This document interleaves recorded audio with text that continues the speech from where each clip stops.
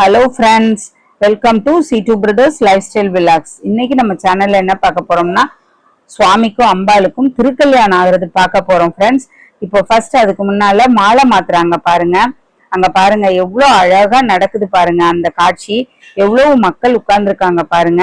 இதோ மாலை first time மாத்திட்டாங்க. இதே மாதிரி ரெண்டாவது டைம் மாத்தி மூணாவது டைம் மாத்திட்டு அதுக்கப்புறம் தான் தாலி கட்டுற நிகழ்ச்சி நடக்கும்.